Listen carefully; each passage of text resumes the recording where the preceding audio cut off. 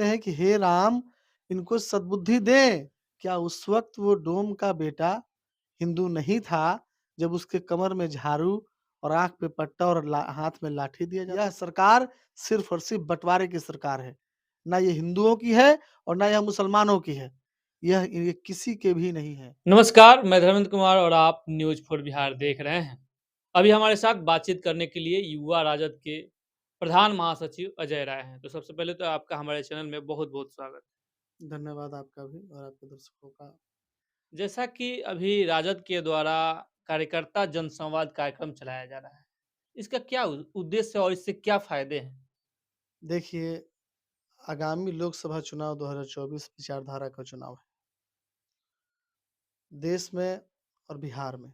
बिहार इसकी धुरी है और आम जनमानस के बीच बिहार सरकार, महागठबंधन की सरकार कौन-कौन सा काम कर रही है, किसके हित में कर रही है और सरकार की उपलब्धियाँ क्या हैं और केंद्र सरकार की नीयत क्या है। इन सभी बिंदुओं पर राष्ट्रीय जनता दल के कार्यकर्ता, राष्ट्रीय जनता दल के नेता, आम जनमानस को जगाने चली है, उनको बताने चली है, वो याद दिलाने चली है कि 2014 से लेकर अब तक किस प्रकार से जनता को छलने का काम किया गया। इन्हीं सब मुद्दों को लेकर हम लोग आम जनमानस के बीच संवाद कर रहे हैं। अच्छा, जैसा कि आप कह रहे हैं कि 2014 से लेकर अभी तक बीजेपी ने जो जनता को छलने का काम किया है, उसको बताने के लिए अपने कार्यकर्ताओं को जागरूक किया जा रहा है, कि जन-जन तक जाकर के लोगों को बताएँ। अभी महागठबंधन का सरकार है, आप लोग सत्ता में हैं। आप लोगों की सरकार की क्या उपलब्धि है जनहित में? 15 महीने से सरकार चल रही है। बिल्कुल।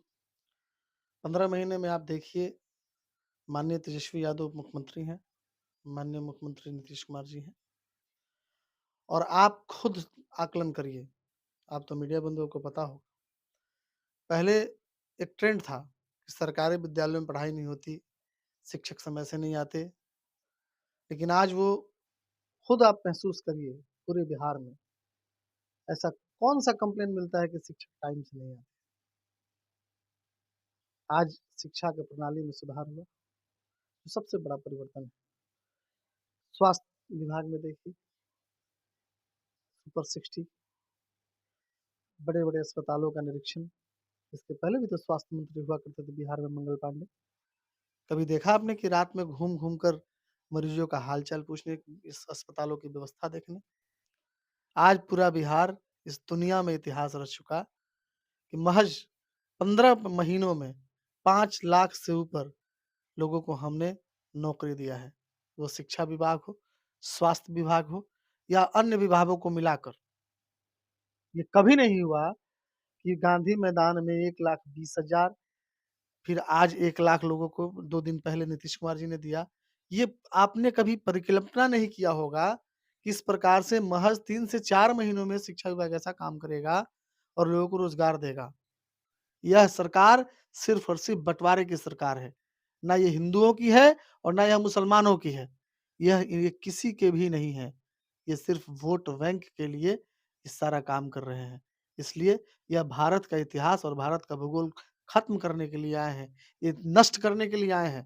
भारत सेकुलर देश है और इसपे सबका अधिकार है। सबने इस भारत को सींचने में अपने खून की आहुति दी है, अपनी बलि दी है और इस संदर्भ में ऐसा सरकार जो एक-दूसरे के प्रति एक खींचातानी, मानसिक चलिए, चेतना। अंतिम बार चलते-चलते एक चीज़ आपसे जानना चाहेंगे कि आपके इंडिया गठबंधन का उम्मीदवार कौन होगा?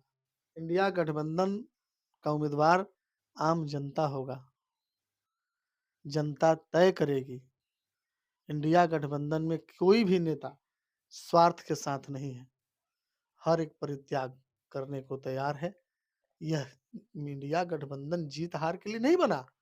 यह इंडिया गठबंधन इंडिया को बचाने के लिए बना।